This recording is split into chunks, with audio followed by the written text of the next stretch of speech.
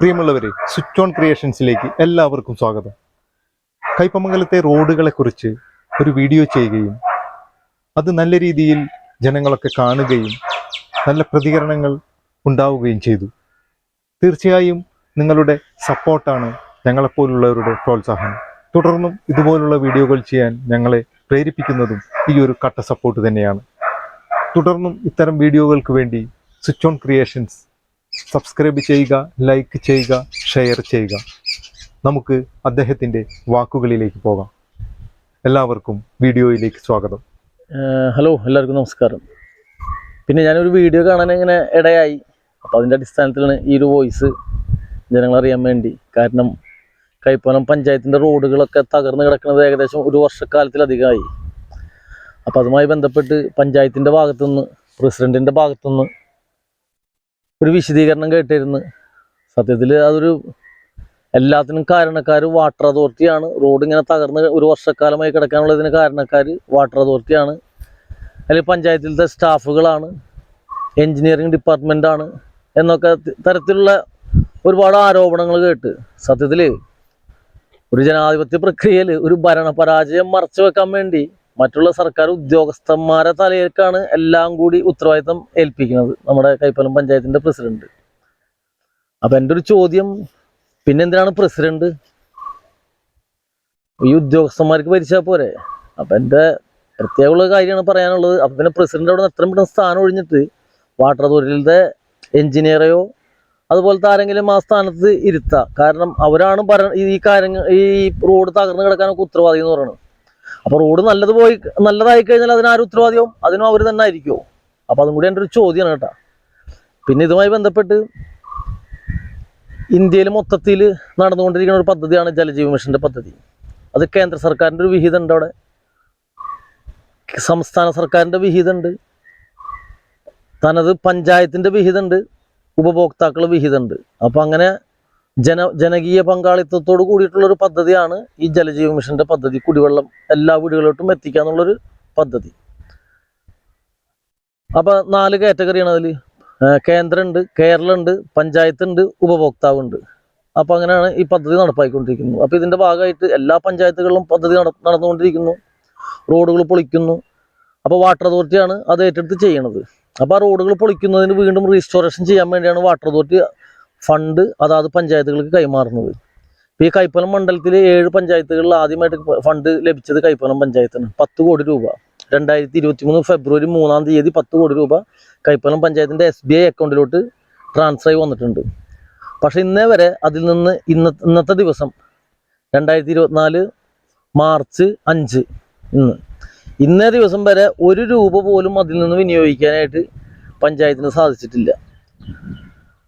അപ്പോൾ ഇത്രയും തുക കൈപ്പറ്റി ഒരു വർഷം കഴിഞ്ഞിട്ട് വീണ്ടും വാട്ടർ അതോറിറ്റിനെയും അതുപോലെ ഉദ്യോഗസ്ഥന്മാരെയും കുറ്റപ്പെടുത്തിക്കൊണ്ട് ഭരണപരാജയം മറച്ചു വെക്കാനാണ് ഈ പ്രസിഡന്റും കൂട്ടരും ചെയ്തുകൊണ്ടിരിക്കുന്നത്. സത്യത്തിൽ ഇത് എല്ലാ UDF മെമ്പർമാരും ഇല്ല, കുറച്ച് പേര് അധികാരം കൈയാളിയിരുന്ന കുറച്ച് പേര് മാത്രം അവരുടെ കുതന്ത്രങ്ങൾ അവിടെ നടത്താൻ വേണ്ടി പരിശ്രമിച്ച് അതിൻ്റെ ഭാഗമായിട്ടാണ് ഇപ്പം ഈ നീണ്ട് കിടന്നു പോയത്. അതല്ലായിരുന്നു നല്ലൊരു രീതിയിലായിരുന്ന കാര്യങ്ങൾ കൈകാര്യം ചെയ്തിരുന്നുണ്ടെങ്കിൽ ഇപ്പം ഈ പൊളിച്ചു കിടക്കുന്ന റോഡിൻ്റെ 3/4 ഭാഗവും ഒരു 75% റീസ്റ്റോറേഷൻ പദ്ധതി പ്രകാരം പൂർത്തീകരിച്ച് പോകേണ്ടതായിരുന്നു. അപ്പോൾ അതിലൊരു കുതന്ത്രം കാണിച്ച് അതിൻ്റെ അടിസ്ഥാനത്തിലാണ് ഇപ്പോൾ ഇതൊക്കെ നടന്നുകൊണ്ടിരിക്കുന്നത്. അതല്ലാതെ ഇതിൽ മറ്റുള്ള ഉദ്യോഗസ്ഥന്മാർക്ക് യാതൊരു പങ്കുമില്ല. അവർ ചെയ്യേണ്ടത് ഒരു ഫണ്ട് കൈമാറാന്നുള്ള കേസ് അത് സമയബന്ധിതമായിട്ട് പഞ്ചായത്തിന് കൈമാറിയിട്ടുണ്ട്. 10 കോടി രൂപ കൈമാറിയിട്ടുണ്ട്. നമ്മളെ കയ്പമംഗലം പഞ്ചായത്ത് ഏകദേശം എൻ്റെ ഒരു അറിവനുസരിച്ച് ആവശ്യപ്പെട്ടത് 16 കോടി രൂപയാണ്. അപ്പോൾ അതിൻ്റെ 10 കോടി നമുക്ക് തന്നു കഴിഞ്ഞു. ഈ 10 കോടിയിൽ നിന്ന് ഒരു വർഷമായിട്ട് 1 രൂപ നമുക്ക് ചിലവാക്കാൻ പറ്റിയിട്ടില്ല. പിന്നെ ഈ റീസ്റ്റോറേഷൻ പദ്ധതി കഴിഞ്ഞാൽ മാത്രമേ മറ്റുള്ള നമ്മുടെ തനത് ഫണ്ടുകളും മെയിൻ്റനൻസ് ഫണ്ടുകളും ഒക്കെ എടുത്ത് അതിൻ്റെ മേലെ മറ്റുള്ള പദ്ധതികൾ നടപ്പാക്കാൻ പറ്റുള്ളൂ. അപ്പോൾ അതൊന്നും നടപ്പാക്കാത്തത് കൊണ്ട് കയ്പമംഗലം പഞ്ചായത്തിൻ്റെ ചരിത്രത്തിൽ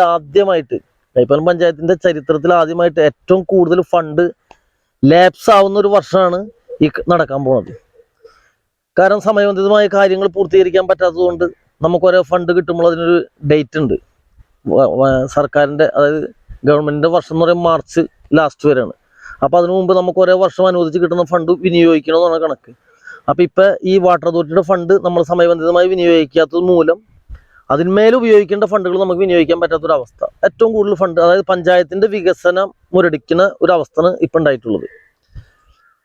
കാരണം ഇതിൽ ഒരുപാട് വിഷയങ്ങൾ ഉണ്ടായിട്ടുണ്ട്. കാരണം ഞാൻ ഇടയ്ക്കിട്ട് ഒരു വോയിസുകൾ സോഷ്യൽ മീഡിയയോട് ഷെയർ ചെയ്യാറുണ്ട്, കേൾക്കുന്നവർക്ക് മനസ്സിലാവും. അപ്പോൾ വീണ്ടും ഇങ്ങനത്തെ ഒരു അവസരം കിട്ടിയപ്പോൾ ഇതിലൂടെ വീണ്ടും ഞാൻ ആവർത്തിക്കുന്നത്. കാരണം സ്വാഭാവികമായിട്ടും 20 വാർഡുകൾ കൂടുമ്പോൾ കൈപ്പലം പഞ്ചായത്ത് ഉണ്ടാവുന്നത്. അപ്പോൾ നമുക്ക് ഏകദേശം ഒരേ വർഷം ഇത്ര ഫണ്ട് നമുക്ക് പഞ്ചായത്തിന് കിട്ടും. അപ്പോൾ അത് വാർഡിന് വീതം വെക്കാന്നുള്ളൊരു കണക്കാണ്. പക്ഷേ ഇവിടെ നടന്നുകൊണ്ടിരുന്നത് കഴിഞ്ഞ 3 വർഷക്കാലം, ഈ ഒരൊറ്റ വർഷത്ത് മാറ്റി നിർത്തിയാൽ കഴിഞ്ഞ 3 വർഷക്കാലം ഏകപക്ഷീയമായും 4-5 പഞ്ചായത്തുകൾ ഈ വരുന്ന ഫണ്ടിന്റെ ഒരു 70% അല്ലെങ്കിൽ 60% 4-5 പഞ്ചായത്തുകൾ കൂടി വീതം വെച്ച് കൊണ്ടുപോകും. വാർഡുകൾ കൂടി വീതം വെച്ച് കൊണ്ടുപോകും. പഞ്ചായത്തല്ല, 4-5 മൊത്തം ഫണ്ടിന്റെ ഒരു 70%-ഓളം 4-5 വാർഡുകൾ വീതം വെച്ച് കൊണ്ടുപോകും. ബാക്കി വരുന്ന ഒരു 30%-ആണ് ബാക്കിയുള്ള ഒരു 15 വാർഡിന് അല്ലെങ്കിൽ 14 വാർഡിന് വേണ്ടി വീതം വെക്കുന്നത്. അപ്പൊ അങ്ങനത്തെ ഒരു അവസ്ഥ ഒക്കെ അവിടെ നടന്നുകൊണ്ടിരുന്നത്. കാരണം ജനാധിപത്യ പ്രക്രിയയാണ്, ഭൂരിപക്ഷത്തിന്റെ അഭിപ്രായം മാനിക്കാന്നുള്ളൊരു കേസുണ്ട് അവിടെ.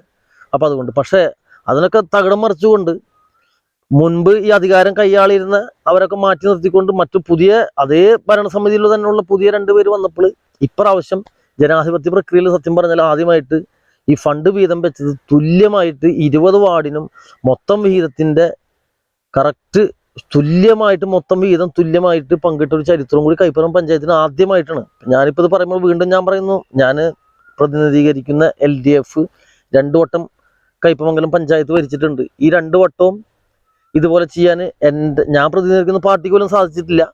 UDF കഴിഞ്ഞ 3 വർഷം ചെയ്തിട്ടില്ല, ഏകപക്ഷീയമായിട്ട് ചെയ്തുകൊണ്ടിരുന്നത്. പക്ഷെ ഇപ്പൊ ഈ വർഷം ഈ 2024-25 പദ്ധതി മാത്രം ഫുള്ള് ഫണ്ടും ഒരേ രൂപത്തിൽ 20 വാർഡിനെ ഉൾക്കൊള്ളുന്ന രീതിയിൽ വകയിരുത്തിയിട്ടുണ്ട്. അപ്പൊ അതിൻ്റെ ഒരു പ്രത്യേക ഒരു ആശംസ ഞാൻ പലവട്ടം പറഞ്ഞിട്ടുണ്ട്. വീണ്ടും ഇതിലൂടെ കൂടി ഞാൻ ഇപ്പോഴത്തെ ഭരിക്കുന്നവർക്ക് പറയുന്നു പ്രത്യേകം ആശംസ.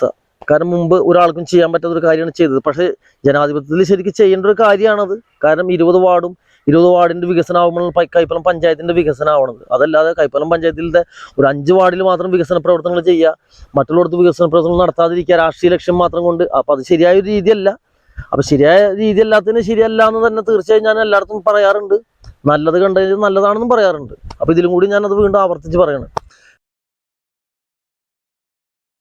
പിന്നെ ഈ 10 കോടി വിനിയോഗിക്കാൻ പറ്റാത്തൊരു കാരണം പറഞ്ഞത് ഈ റീസ്റ്റോറേഷൻ ഉദ്ദേശിക്കുമ്പോൾ നമ്മൾ ഈ വാട്ടർ അതോറിറ്റി പൈപ്പ് ഇട്ടതിന് ശേഷം വീണ്ടും അവിടെ ഈ പ്ലാന്റ് വേസ്റ്റ് ഒക്കെ അടിച്ച് നല്ലപോലെ പുതിയ റോഡ് ഉണ്ടാക്കുന്ന ഏതാണ് രീതി, ആ രീതിയിൽ വീണ്ടും പ്ലാന്റ് വേസ്റ്റ് ഒക്കെ അടിച്ച് അതിൻ്റെ മേലെ റോളർ ഉരുട്ടി പിന്നെ അതിൻ്റെ മേലെയാണ് ടാർ ചെയ്യുക. അപ്പോൾ അതാണ് റീസ്റ്റോറേഷൻ കൊണ്ട് ഉദ്ദേശിച്ചുകൊണ്ടിരിക്കുന്നത്. അപ്പോൾ ഇതിൽ ഞാൻ കേട്ടത് പ്രസിഡന്റ് പറയുന്നത് റീസ്റ്റോറേഷൻ ചെയ്തത് വീണ്ടും പൊളിക്കുന്നു. അപ്പം എൻ്റെ ഒരു ചോദ്യം ഉണ്ട്, അങ്ങനെ വീണ്ടും പൊളിച്ച കൈപ്പമംഗലത്ത് 100-ന് മേലെ റോഡുകൾ ഏകദേശം പൊളിച്ചിട്ടുണ്ട്. ഏത് റോഡ് പൊളിച്ച് വീണ്ടും ഏതെങ്കിലും ഒരെണ്ണം മാത്രം സംഭവിക്കുന്നത് മാത്രം കണ്ടുകൊണ്ട് റയറായിട്ട് ഏതെങ്കിലും 1-2 സംഭവം സംഭവിച്ചിട്ടുണ്ടാവും. അത് വെച്ചിട്ട് ഇതിനൊക്കെ നമ്മൾ മറ്റുള്ള എല്ലാത്തിൻ്റെ അതിൻ്റെ മേലെ പറയല്ലേ. ഏതെങ്കിലും 1-2 സംഭവം സംഭവിച്ചിട്ടുണ്ടെങ്കിൽ ഉള്ളൂ. അതിൻ്റെ അപ്പുറത്ത് വീണ്ടും പൊളിക്കുന്ന അവസ്ഥ ഒന്നും ഇവിടെ ഉണ്ടായിട്ടില്ല. സമയബന്ധിതമായ കാര്യങ്ങൾ നടത്താൻ പറ്റിയിട്ടില്ല. അതൊരു ഭരണപരാജയം തന്നെയാണ്. അപ്പോൾ അത് മറ്റുള്ളവരെ പഴിചാരി ഈ മുടന്ത ന്യായങ്ങൾ പറഞ്ഞ് രക്ഷപ്പെടാനാണ് ശ്രമിക്കുന്നത്. അത് ജനങ്ങൾ മനസ്സിലാക്കട്ടെ. ജനങ്ങൾ മനസ്സിലാക്കിയേ തീരൂ. കാരണം ജനങ്ങളാൽ തെരഞ്ഞെടുക്കപ്പെട്ടതാണ് പഞ്ചായത്തിലത്തെ ജനപ്രതിനിധികളും പ്രസിഡന്റും എല്ലാവരും. അപ്പം എല്ലാവരും മനസ്സിലാക്കുക, തെരഞ്ഞെടുത്തത് ശരിയാണോ തെറ്റാണോ എന്ന്. നിങ്ങളിപ്പോൾ ഞാൻ ഈ വോയിസിലൂടെ പറയേണ്ട കാര്യമില്ല. കൈപ്പലം പഞ്ചായത്തിന്റെ റോഡുകളിലൂടെ ഒന്ന് സഞ്ചരിച്ച് കഴിഞ്ഞാൽ മനസ്സിലാവും. ഒരു വർഷക്കാലമായിട്ട് സഞ്ചരിച്ച് മനസ്സിലായിട്ടുണ്ടാവും ഞാൻ കരുതുന്നത്. പിന്നെ ഈ റോഡുകൾ നമ്മൾ വാട്ടർ അതോറിറ്റിക്ക് ഹാൻഡ് ഓവർ ചെയ്തതിൻ്റെ അടിസ്ഥാനത്തിലാണ് അവർ പൊളിക്കാൻ തുടങ്ങിയപ്പോഴും 10 കോടി നമുക്ക് തിരിച്ചു തന്നത്. അതുപോലെ സമയബന്ധിതമായി ഈ 10 കോടി നമുക്ക് തിരിച്ചു തന്നു കഴിഞ്ഞാൽ ഉടനടി അടുത്ത നടപടിയാണ് ഈ പണി കഴിഞ്ഞ റോഡുകളെ എത്രയും പെട്ടെന്ന് മറ്റുള്ള നടപടികൾ നടത്തിക്കൊണ്ട് തിരിച്ചു വാങ്ങേണ്ട ഒരു പ്രക്രിയ ഉണ്ട്. അത് അവർ തരട്ടെ എന്ന് പറഞ്ഞിരുന്നിട്ട് കാര്യമില്ല. നമ്മളത് അന്വേഷിച്ചറിഞ്ഞ് വാട്ടർ അതോറിറ്റിക്ക് അതിൻ്റെതായ നടപടികൾ ചെയ്തിട്ട് അവരെ പണി കഴിയുന്ന റോഡുകൾ നമ്മൾ തിരിച്ച് ഏറ്റെടുത്തുകൊണ്ട് എത്രയും പെട്ടെന്ന് ചെയ്യണം. അതല്ലാതെ അവർ തിരിച്ച് തരുന്നതും കാത്തിരുന്ന് കഴിഞ്ഞാൽ ഏകദേശം 10 വർഷം കൊണ്ട് ഈ പണി പൂർത്തിയാവില്ല. അപ്പോൾ അതിനൊക്കെ വേണ്ടിയാണ് നമ്മൾ ഈ പഞ്ചായത്തും ജനങ്ങൾ നമ്മളൊക്കെ മറ്റുള്ള നടപടികൾ ചെയ്യാൻ വേണ്ടിയാണ് നമ്മളും അവിടുത്തെ ഗവൺമെന്റ് ഉദ്യോഗസ്ഥരൊക്കെ ഉള്ളത്. ഗവൺമെന്റ് ഉദ്യോഗസ്ഥരെ നിയന്ത്രിക്കാനുള്ള പൂർണ്ണ ഉത്തരവാദിത്വം ഈ പഞ്ചായത്ത് പ്രസിഡന്റിനാണ്, നിക്ഷിപ്തമാണ്. അപ്പോൾ സമയബന്ധിതമായിട്ട് കാര്യങ്ങൾ കൈകാര്യം ചെയ്യാത്തതിൻ്റെ ഒരു പ്രശ്നമാണ്. അതല്ലാതെ നമുക്ക് തന്നില്ല, നമുക്ക് വാട്ടർ അതോറിറ്റി തന്നില്ല എന്ന് വാട്ടർ അതോറിറ്റിനെ കുറ്റപ്പെടുത്തുന്നില്ല യാതൊരു കാര്യമില്ല. പിന്നെ ഈ വീഡിയോയിൽ ഇങ്ങനെ കേട്ടേ അപ്പോൾ ആളുകൾ തെറ്റിദ്ധാരണ ഇല്ലാണ്ടിരിക്കാൻ വേണ്ടിയാണ് ഞാൻ അവതരിപ്പിക്കുന്നത്. സ്വാഭാവികമാണ് ഒരു ഗവൺമെന്റ് ഉദ്യോഗസ്ഥന്മാർക്ക് അവർക്ക് അവരുടേതായ പ്രശ്നങ്ങൾ വരുമ്പോൾ ലീവ് എടുക്കാം, ചിലപ്പോൾ ട്രാൻസ്ഫർ ആയി പോകാം, ചിലപ്പോഴല്ല ട്രാൻസ്ഫർ ആയി പോകും, തീർച്ചയായിട്ടും പോകും, ലീവ് എടുക്കും. കാരണം മാനുഷിക പരിഗണന അനുസരിച്ച് അവർക്കും അവരൊരു വെൽഫെയർ ആണ് ലീവുകളും പല പല പ്രതിസന്ധി ഉണ്ടാകുമ്പോൾ വരാൻ പറ്റാത്ത അവസ്ഥയും പലതും ഉണ്ടാവും. സ്വാഭാവികമായിട്ടും ഇപ്പോൾ ഒരു സെക്രട്ടറി ലീവ് എടുക്കുമ്പോൾ ആ സെക്രട്ടറിയുടെ ചാർജ് അസിസ്റ്റന്റ് സെക്രട്ടറി ആയിരിക്കും നിർവഹിക്കുന്നത്. അപ്പോൾ ഒരു സെക്രട്ടറി ഇല്ല എന്ന് പറഞ്ഞിട്ട് പഞ്ചായത്തിൻ്റെതായ പദ്ധതികളൊന്നും മുടങ്ങാൻ പോകുന്നില്ല. സെക്രട്ടറി ഇല്ലെങ്കിൽ അസിസ്റ്റന്റ് സെക്രട്ടറിക്ക് ചാർജ് ഉണ്ടാവും. അതുപോലെ എഞ്ചിനീയർ ഇല്ലെങ്കിൽ തൊട്ടടുത്ത് ആരാണോ അവർക്ക് അതിൻ്റെ ചാർജ് ഉണ്ടാവും. അതല്ലെങ്കിൽ ചിലപ്പോൾ തൊട്ടടുത്ത എഞ്ചിനീയർ, ഒരു പഞ്ചായത്തിൽ ഒരു എഞ്ചിനീയറാണ് ഉണ്ടാവുക, അപ്പോൾ തൊട്ടടുത്ത പഞ്ചായത്തിൻ്റെ എഞ്ചിനീയർക്ക് ചാർജ് കൊടുക്കും. അപ്പോൾ അതൊക്കെ അവരുടേതായ രീതിയിൽ അവരത് കൈകാര്യം ചെയ്തു പോകും. അപ്പോൾ അതൊന്നും ഇല്ല എന്ന് പറഞ്ഞ് നമ്മൾ അവരെ ഗവൺമെന്റിന് പഴിചാരിയിട്ട് കാര്യമില്ല. ഇതൊക്കെ നമ്മളാണ്, പഞ്ചായത്താണ് സമയബന്ധിതമായി കാര്യങ്ങളൊക്കെ നടത്തേണ്ടത്. സ്വാഭാവികമാണ് സെക്രട്ടറിമാർ. പിന്നെ പുതിയത് വന്നു എന്ന് പറയുമ്പോൾ മറ്റുള്ള കേരളത്തിലെ ഏകദേശം 1000-നടുത്ത് പഞ്ചായത്തുണ്ട്. എല്ലായിടത്തും പഞ്ചായത്ത് രാജ്, ഒരൊറ്റ പഞ്ചായത്ത് രാജാണ് ഉള്ളത്. അപ്പം മറ്റുള്ള പഞ്ചായത്തിൽ നിന്ന് വരുമ്പോൾ നമ്മുടെ മുമ്പുള്ളതിനെക്കാട്ടും നല്ല പരിചയസമ്പന്നരായ ആളുകളും വരുന്നുണ്ട്. അതല്ലാതെ പുതിയത് വരുന്നതുകൊണ്ട് അവർക്ക് അറിയില്ല എന്നില്ല. എല്ലാതും പഞ്ചായത്തിന്റെ ചട്ടങ്ങളൊക്കെ ഒന്ന് തന്നെയാണ്. അപ്പൊ പുതിയത് വരുമ്പോഴും അവർക്ക് മുമ്പുള്ളവർ ചെയ്ത് തന്നെ കണ്ടിന്യൂ തന്നെയാണ്. അവർക്ക് അവിടെ സ്റ്റോപ്പിന്റെ കേസില്ല. നേരെ വന്ന് അവർ ചെയ്യുന്ന അതേ പണികൾ തന്നെയാണ്. പഞ്ചായത്ത് മാത്രമേ മാറുന്നുള്ളൂ. അവർ എഴുതുന്ന ലെറ്ററിൽ മുമ്പ് എഴുതുന്ന പഞ്ചായത്തിന്റെ പേരല്ല ഇപ്പൊ എഴുതാം. ഏതാണോ പഞ്ചായത്ത് വന്നിരുന്നത് ആ പേര് മാത്രമേ മാറുള്ളൂ. നടപടിക്രമങ്ങളെല്ലാതും ഒന്നായിട്ട് മുന്നോട്ട് പോവുക. അപ്പൊ നമ്മൾ വെറുതെ ഒരുപാട് മുടന്ത ന്യായങ്ങൾ പറഞ്ഞ് വെറുതെ ആളുകളെ തെറ്റിദ്ധരിപ്പിക്കാൻ ശ്രമിക്കരുതെന്നും കൂടി ഞാനിതിൽ ഈ അവസരത്തിൽ ഓർമ്മ. പിന്നെ ഈ റോഡിന്റെ മറ്റുള്ള കുറെ വിഷയങ്ങൾ എന്ന് പറയുമ്പോൾ റോഡ് ഇങ്ങനെ പൊളിഞ്ഞു കിടക്കുന്നു, അത് സമയബന്ധിതമായി ശരിയാക്കുന്നില്ല. കുറച്ച് പേര് അതിൽ ഭൂമാഫികൾ ഇതിൽ ഉൾക്കൊണ്ടിട്ടുണ്ട്. അപ്പൊ അവര് റോഡിന്റെ പേരിൽ പിരിവ് നടത്തുന്നു, ജനങ്ങളിൽ നിന്ന് പിരിവ് നടത്തുന്നു. 10 കോടി രൂപയുടെ ബാങ്കിൽ കിടക്കുമ്പോഴാണ് ജനങ്ങളിൽ നിന്ന് പിരിവ് നടത്തിക്കൊണ്ട് ഈ ഫണ്ട് മേടിക്കുന്നത്. എന്നിട്ട് അതിൽ എന്തൊക്കെ ചെയ്യുന്നു? കാരണം അത് ഒരിക്കലും അംഗീകരിക്കാൻ പറ്റുന്ന ഒരു പിരിവല്ല താനത്. അപ്പൊ അങ്ങനത്തെ ഒരുപാട് കാര്യങ്ങൾ നടന്നുകൊണ്ടിരിക്കുന്നു. ഇനി ബാങ്കിനെ സഹായിക്കാനാണോ എന്ന് പറഞ്ഞുകൂടാ. ഈ 10 കോടി രൂപ അവിടെ തന്നെ ഇട്ടുകൊണ്ടിരിക്കുന്നു. ഈ ഒരു വർഷം കഴിഞ്ഞിട്ടും 1 രൂപ പോലും അവിടെ നിന്ന് നമുക്ക് തിരിച്ച് വിനിയോഗിക്കാൻ കഴിഞ്ഞിട്ടില്ല. അപ്പൊ അതിലുള്ള ഒരുപാട് ഗൂഢലക്ഷ്യങ്ങളൊക്കെ ഇവിടെ ഉള്ളതായിട്ട് എനിക്ക് ശ്രദ്ധയിൽപ്പെട്ടിട്ടുണ്ട്. ഞാനത് പഞ്ചായത്ത് കമ്മിറ്റിയിൽ അവതരിപ്പിച്ചിട്ടുണ്ട്. പഞ്ചായത്ത് കമ്മിറ്റിക്ക് വേണ്ടി പരാതി ഞാൻ വെച്ചിട്ടുണ്ട്. ഈ നവകേരള സദസ്സിൽ പരാതി കൊടുത്തിട്ടുണ്ട് ഇതുമായി ബന്ധപ്പെട്ട് കൈപ്പളം പഞ്ചായത്തിന്റെ ഭാഗത്തുനിന്ന്. കാരണം നമ്മുടെ ഈ റോഡുമായി ബന്ധപ്പെട്ട് ഈ റീസ്റ്റോറേഷൻ നടക്കുന്ന പദ്ധതിയുമായി ബന്ധപ്പെട്ട് ഒരുപാട് മണ്ണ് നമുക്ക് ലഭിക്കും. അപ്പൊ ആ മണ്ണ് ലേലം ചെയ്തിട്ട് അതിൽ നിന്ന് കിട്ടുന്ന വരുമാനം പഞ്ചായത്തിന്റെ ഓൺ ഫണ്ടിലോട്ട് സ്വരൂപിക്കാന്നുള്ള ലക്ഷ്യം. ഇനി അതല്ല, പഞ്ചായത്തിൻ്റെതായ സ്ഥലങ്ങൾക്ക് വല്ല അത്യാവശ്യമുണ്ട്, മഴക്കാലമാകുമ്പോൾ വെള്ളം കെട്ടി നിൽക്കേണ്ട അവിടെ ഉപയോഗിക്കാം. പക്ഷേ ഇത് പ്രൈവറ്റ് വ്യക്തികളെ പല കുളങ്ങളും തോടുകളും മൂടാനായിട്ട് ചില രാഷ്ട്രീയ പാർട്ടികൾ ഇടപെട്ടുകൊണ്ട് ഈ മണ്ണ് ഉപയോഗിക്കുന്നതും നമ്മുടെ ശ്രദ്ധയിൽപ്പെട്ടിട്ടുണ്ടെന്നല്ല, അങ്ങനെ നടന്നിട്ടുണ്ട് കൈപ്പളം പഞ്ചായത്തിൽ. അപ്പൊ അങ്ങനത്തെ കുറെ തെറ്റായ പ്രവണതയും കൂടി ഇപ്പൊ ഈ ഭരിക്കുന്ന ഇവർ ചെയ്തുകൊണ്ടിരിക്കുന്നുണ്ട്. അപ്പൊ അതൊക്കെ ജനങ്ങളെ ഞാൻ മുമ്പ് ഒരു വോയിസ് ഇട്ടിട്ടുണ്ട്, എല്ലാവരും ശ്രദ്ധിക്കണം. കാരണം ഒരേ സ്ഥലത്ത് നടക്കുന്ന ഈ മണ്ണ് ലേലം ചെയ്യാനാണ് അതിന്റെ ഒന്നാമത്തത്. ഇനി അതല്ല, നമ്മുടെ പഞ്ചായത്തിൻ്റെതായ പൊതുവായിട്ടുള്ള സ്ഥലത്ത് വെള്ളപ്പൊക്കം മൂലം ബുദ്ധിമുട്ടുണ്ടെങ്കിൽ അവിടെയൊക്കെ നമുക്ക് പഞ്ചായത്ത് കമ്മിറ്റിയുടെ തീരുമാനപ്രകാരം ബോധ്യത്തിന്റെ അടിസ്ഥാനത്തിൽ പഞ്ചായത്ത് കമ്മിറ്റി ഒരു കമ്മിറ്റി ഉണ്ടാക്കി അവർ വന്ന് കണ്ട് അത് ബോധ്യപ്പെട്ടതിന്റെ അടിസ്ഥാനത്തിലാണെങ്കിൽ ആ മണ്ണ് നമുക്ക് അങ്ങനെ വിനിയോഗിക്കാം. പക്ഷെ പ്രൈവറ്റ് വ്യക്തിയുടെ കുളം മൂടാനോ തോട് മൂടാനോ പ്രൈവറ്റ് വ്യക്തിയുടെ സ്ഥലത്തോട്ടോ അല്ലെങ്കിൽ ഈ മണ്ണ് ലേലം ചെയ്യാതെ വിൽക്കാനുള്ള യാതൊരു അധികാരം ഒരാൾക്കും ഇല്ല. പക്ഷെ ഇവിടെ അങ്ങനത്തെ കുറെ കാര്യങ്ങളും കൂടി നമ്മുടെ കൈപ്പളം പഞ്ചായത്തിൽ നടക്കുന്നതായിട്ട് നമ്മൾ ശ്രദ്ധയിൽപ്പെട്ടിട്ടുണ്ട്. നമ്മളത് അധികാരികളെ അറിയിച്ചിട്ടുണ്ട്, പഞ്ചായത്തിൽ അറിയിച്ചിട്ടുണ്ട്. അപ്പൊ അങ്ങനത്തെ ഒരുപാട് കാര്യങ്ങൾ നടക്കുന്നു. പിന്നെ ഇതുമായി ബന്ധപ്പെട്ടൊരു വീഡിയോ കണ്ട് അതിന്റെ കുറെ സാങ്കേതികത്വങ്ങളൊക്കെ പറഞ്ഞു. സാങ്കേതികത്വം ഒന്നുമില്ല, ആ സാങ്കേതികങ്ങളൊക്കെ നീക്കാൻ വേണ്ടിയാണ് ജനാധിപത്യ പ്രക്രിയയിൽ തെരഞ്ഞെടുത്തിട്ട് ഓരോരുത്തരെ അവിടേക്ക് അയച്ചിട്ടുള്ളത്.